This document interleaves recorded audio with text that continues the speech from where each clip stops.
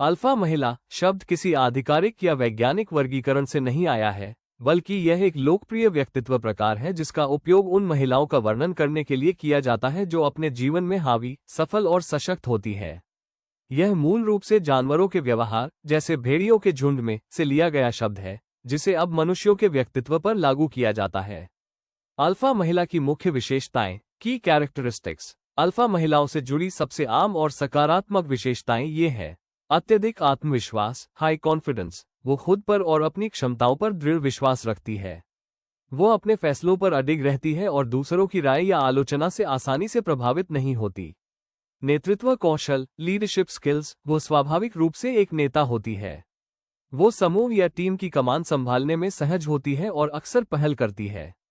स्वतंत्रता और आत्मनिर्भरता, इंडिपेंडेंस एंड सेल्फ रिलायंस। वो किसी पर निर्भर नहीं रहती। वो अपना काम खुद करना पसंद करती है और अपने लक्ष्यों को प्राप्त करने के लिए कड़ी मेहनत करती है।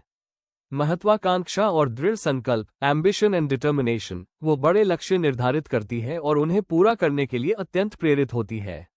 वो चुनौतियों और जोखिमों से नहीं डरती। मुखरता, असर्टिवनेस। वो अपनी बात खुलकर और सीधे रखती है। वो अपनी सीमाओं, बाउंड्रीज को स्पष्ट रूप से निर्धारित करती है और यह सुनिश्चित करती है कि कोई उसका अनादर न करे। Context of the dangerous category. आपके प्रश्न में खतरनाक शब्द का उल्लेख है। ये समझना महत्वपूर्ण है कि अल्फा महिला की श्रेणी वास्तव में खतरनाक नहीं है। ये शब्द अक्सर उन लोगों द्वारा इस्तेमाल किया जाता है जो इन महिलाओं के मजबूत व्यक्तित्व या हावी स्वभाव को एक चुनौती के रूप में देखते हैं, खासकर पारंपरिक लिंग भूमिकाओं, ट्रेडिशनल जेंडर रोल्स वाले समाज में।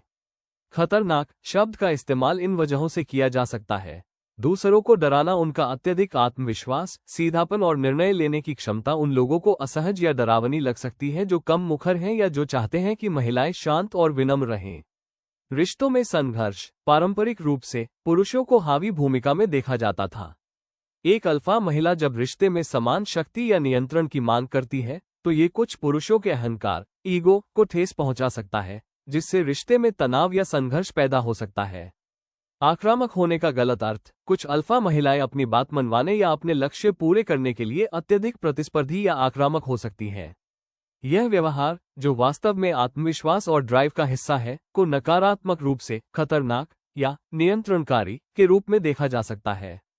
संक्षेप में, खतरनाक श्रेणी का मतलब यह नहीं है कि ये महिलाएं नुकसान पहुंचाने वाली है। इसका मतलब केवल ये है कि उनकी मजबूत उपस्थिति और मुखर व्यक्तित्व दूसरों को चुनौतीपूर्ण लग सकते हैं।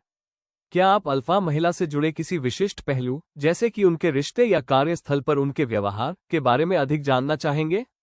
तो चैनल सब्सक्राइब करें।